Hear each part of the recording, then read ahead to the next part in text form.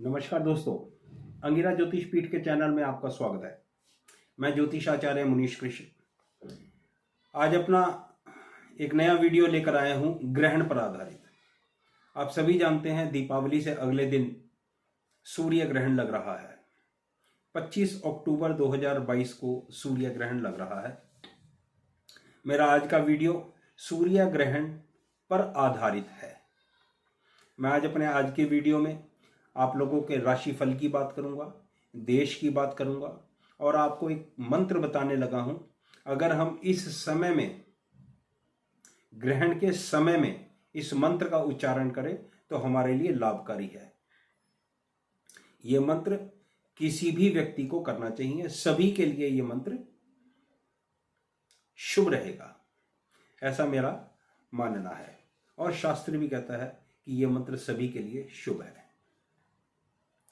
देखिए, 25 अक्टूबर 2022 को जो सूर्य ग्रहण लग रहा है उसका एक बहुत ही महत्वपूर्ण पॉइंट है। वो पॉइंट ये है कि ये सूर्य ग्रहण देश में, हिंदुस्तान में शाम के समय लग रहा है। ये बहुत महत्वपूर्ण पॉइंट है, पूरे सूर्य ग्रहण का इंपॉर्टेंट पॉइंट है ये। देखिए, ज्योतिष शास्त्र व्रत संहिता हमारे को बहुत कुछ दिशा दिखाती है।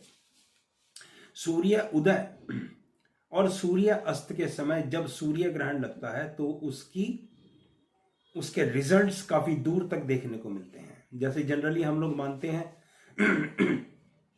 कि किसी भी ग्रहण के रिजल्ट 6 महीने तक एप्लीकेबल होते हैं या 6 महीने के बीच बीच में उस ग्रहण का असर मिलता है। लेकिन अगर ग्रहण सूर्य उदय और सूर्य अस्त के समय लग रहा है तो फिर इसके रिजल्ट हमारे को 1 साल, 1.5 साल, 2 साल तक भी देखे जा सकते हैं। इस अवधि तक भी हमारे को इसके रिजल्ट मिल सकते हैं। 25 अक्टूबर 2022 को सूर्य अस्त शाम को 5:38 के आसपास हो रहा है। यह समय मैं दिल्ली का बता रहा हूं। आप लोगों के शहर के अकॉर्डिंग, लॉन्गिट्यूड लैटिट्यूड के अकॉर्डिंग इस टाइम चेंज होगा। जैसे गुवाहाटी में कुछ और होगा, अमृतसर में कुछ और होगा। अलग अलग शहरों के लॉन्गिट्यूड लैटिट्यूड के अनुसार यह समय होगा। लेकिन मोटा मोटी अगर हम बात को माने तो सूर्य अस्त दिल्ली के समय के अनुसार शाम को 5:38 पर हो रहा है। चलिए बात करते हैं सूर्य ग्रहण की। सूर्य ग्रहण, सबसे पहले मैं बात करूंगा हमारे देश की, क्योंकि हमारा देश होगा तो हम होंगे और जब हमारे देश पर विपदा पड़ेगी, विपत्ति आएगी तो हमारे लिए भी वो कष्ट वाला समय होगा। मैं सबसे पहले हमारे देश की कुंडली की बात करता हूं। हमारे देश की कुंडली वृषभ लगन की कुंडली है और ग्रहण तुला लगन में लग रहा है।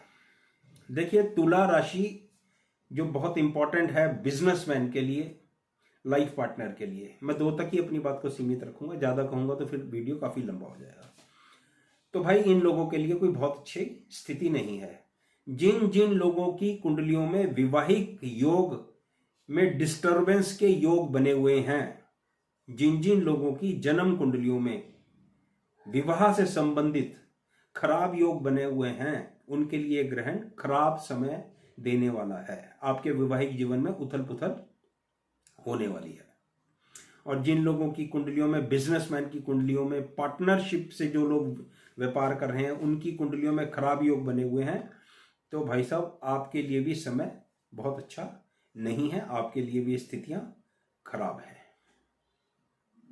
तुला राशि हमारे देश की कुंडली की 6th हाउस की राशि है और जिस वक्त ग्रहण लग रहा है उस वक्त शनि की दृष्टि उसके ऊपर है। मैं इसको भी बहुत अच्छा नहीं मानता।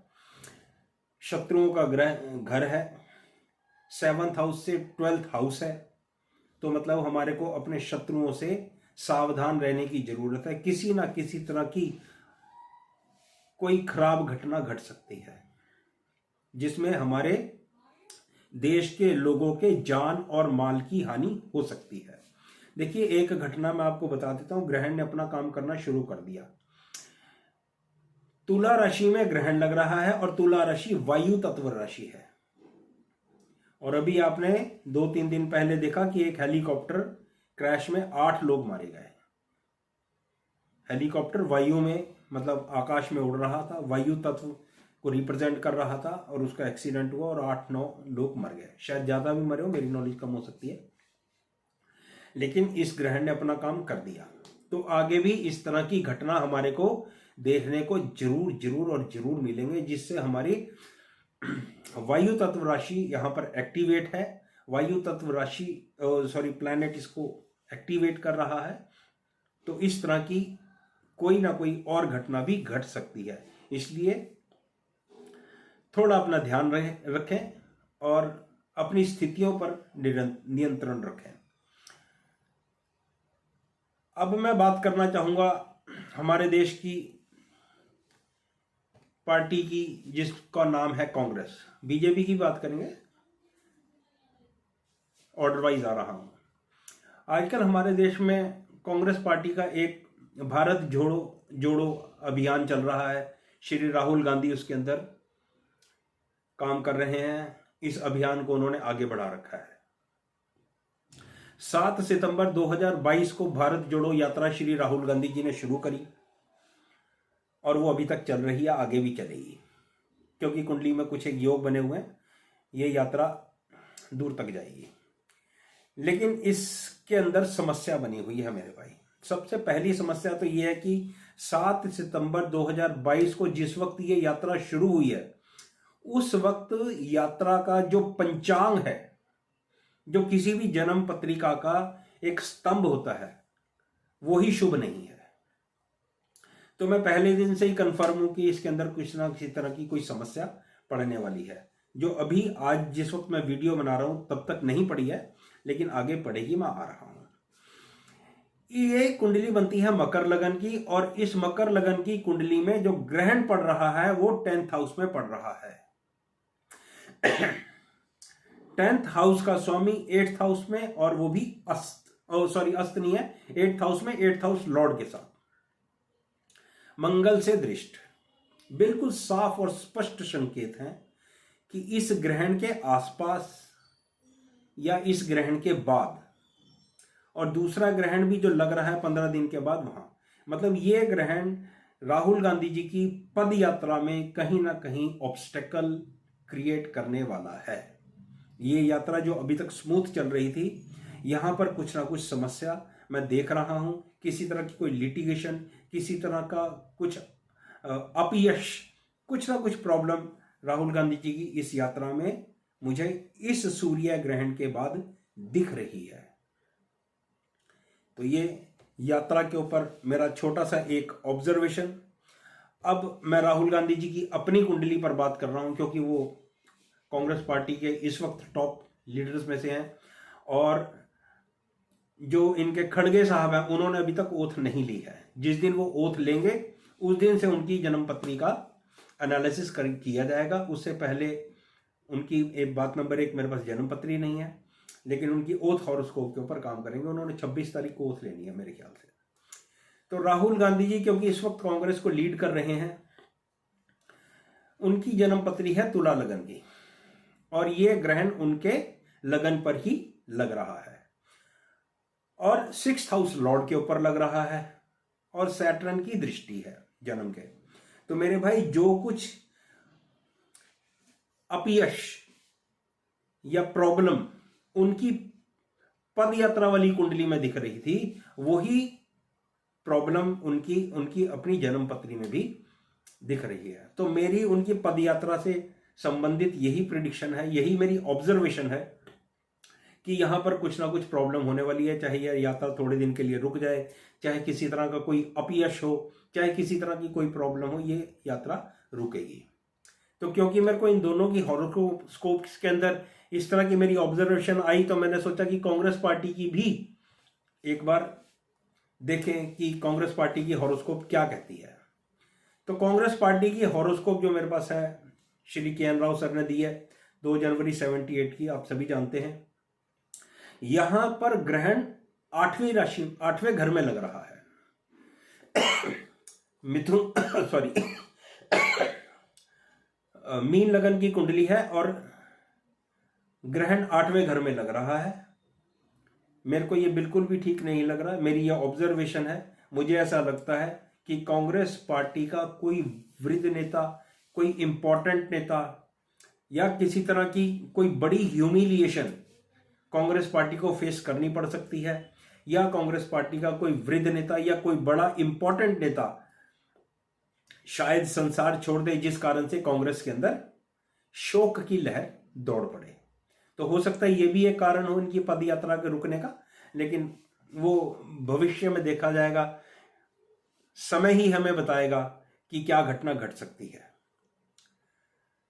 भारतीय जनता पार्टी की कुंडली, क्योंकि ये रूलिंग पार्टी है, इसको हम छोड़ नहीं सकते। रूलिंग पार्टी के मिथुन लगन की कुंडली है और 5वें घर में ये ग्रहण लग रहा है।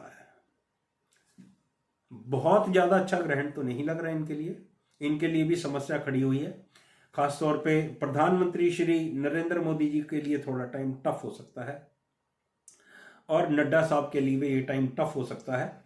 किसी तरह की कोई समस्या आ सकती है। इनको अपनी हेल्थ और अपनी सुरक्षा के बारे में इनको ध्यान रखना चाहिए। तो ये मेरी छोटी सी ऑब्जर्वेशन थी पॉलिटिकल पार्टीज की और कुछ पॉलिटिकल लीडर्स की। यूं तो मैं जो बाइडेन की हॉरोस्कोप भी देख चुका हूं, उनके लिए हेल्थ के पॉइंट ऑफ व्यू से ये ग्रहण ठीक नहीं है, और उनको अपनी हेल्थ का और अपनी पर्सनालिटी का, अपने राजनीतिक कैरियर का खास तौर पर ध्यान रखना चाहिए। यूक्रेन के लिए भी ये ठीक नहीं है। यूक्रेन के लिए जो युद्ध चल रहा है, आप देख रहे हो काफी नुकसान हो चुका है, अभी आगे और ज्यादा नुकसान होने की संभावना है। यूक्रेन के लिए भी ये समय ठीक नहीं है। उनको चाहिए कि किसी तरह से कोई कंप्रोमाइज या कुछ स्थितियों को नॉर्मल करने की कोशिश करे, जिससे कि उनकी जनता थोड़ी खुशहाल हो। ईरान के लिए और ज्यादा प्रॉब्लमेटिक है ये ग्रहण। ईरान के अंदर पॉलिटिकल स्टेबिलिटी ला सकता है। अब बात करते हैं आप लोगों की राशियों की। देखिए, वृषभ राशि, सिंह राशि और धनु राशि, इनके लिए ये ग्रहण लाभकारी सिद्ध होगा। आप लोगों के लिए शुभ खबर लेकर आ रहा है। आप लोग अपनी जो योजनाएं बना रहे हैं, उन योजनाओं पर काम करें और ढंग से, अच्छी तरह से प्रॉपर प्लानिंग करके उनको एग्जीक्यूट करें। देखिए, मैं जिन लोगों के लिए कह रहा हूं अच्छी हैं, तो उनके लिए अच्छी तब है अगर आपकी कुंडली में भी अच्छे योग बने हुए हैं, तब आपको अच्छे रिजल्ट मिलेंगे। और अगर आपकी अपनी जन्म पत्री में इंडिविजुअल हॉरोस्कोप के अंदर खराब रिजल्ट, खराब योग बने हुए हैं और इस वक्त खराब टाइम चल रहा है, तो फिर आपको अच्छे रिजल्ट नहीं मिलेंगे। इसलिए ज्योतिष को बदनाम मत करना। आपकी इंडिविजुअल हॉरोस्कोप बहुत बड़ा रोल प्ले करती है। मेष राशि, कर्क राशि, तुला राशि, कन्या राशि और वृश्चिक राशि के लिए ये ग्रहण अच्छा नहीं है। आपको अपनी हेल्थ का ध्यान रखना चाहिए। आपको अपने घर संसार का ध्यान रखना चाहिए।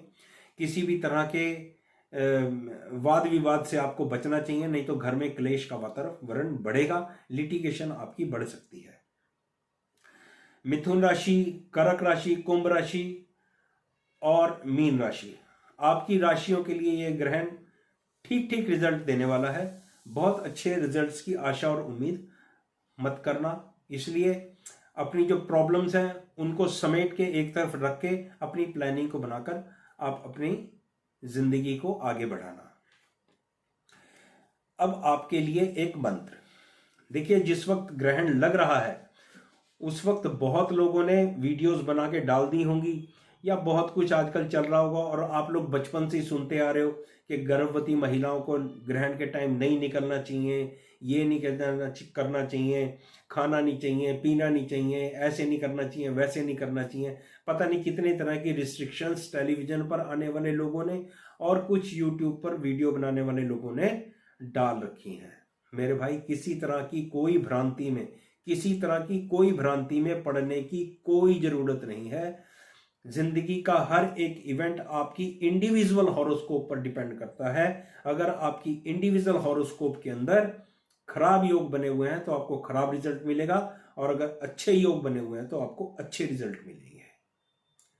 तो आपको ग्रहण के समय में कौन से मंत्र का उच्चारण करना है, कौन सा मंत्र आपको पढ़ना है, मैं ये बता रहा हूं।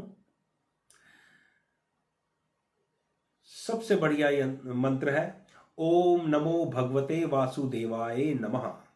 बहुत से लोगों ने इसको सुना होगा, बहुत से लोग अभी भी उच्चारण कर रहे होंगे। ये 1-1.5 घंटे का जो समय होगा मेरी तरफ से भाई साहब जो मर्जी खाओ, जो मर्जी पियो, बिल्कुल आनंद करो। और अगर फिर भी किसी आप वहम में पड़ते हो तो अपने मंदिर के आगे बैठकर ओम नमो भगवते वासुदेवाय का जप करो और बिल्कुल आनंद मनाओ जिंदगी को। कुछ नहीं घटित होगा अगर आपकी कुंडली में खराब योग नहीं है। आशा है मेरा एक प्रैक्टिकल वीडियो आपको पसंद आया होगा। मैं टोटल प्रैक्टिकल एस्ट्रोलॉजी पर बात करता हूं, प्रैक्टिकल ही मैंने वीडियो बनाया है। मेरा वीडियो देखने के लिए आपका धन्यवाद।